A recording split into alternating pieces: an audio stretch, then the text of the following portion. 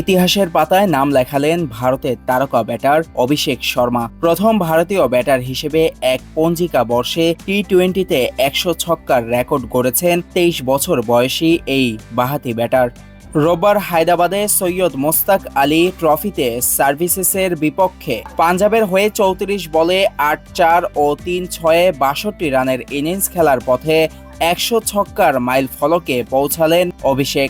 ২০২৫ সালে এখন পর্যন্ত মাত্র ৩৪ ইনিংসে তার ছক্কা ১০১টি। ২০২৪ সালে তিনি টি-20 ক্রিকেটে ৮৭টি ৬ মেরেছিলেন। সেটাই ছিল তখনকার ভারতীয় ক্রিকেটারের রেকর্ড, যা নিজেই ছাড়িয়ে গেলেন এবার। এই বছর টি-20-তে ৪২.৮২ গড় ও ২০৪.২২ স্ট্রাইক রেটে ১৪৯৯ রান করেছেন অভিষেক।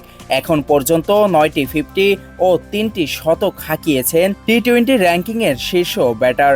এক সপ্তাহ আগে বেঙ্গলের বিপক্ষে ১২ বলে 50 এবং ৩২ বলে ৭-৪ ও ১১ ছক্কায় সেঞ্চুরি করে তাক লাগান অভিষেক।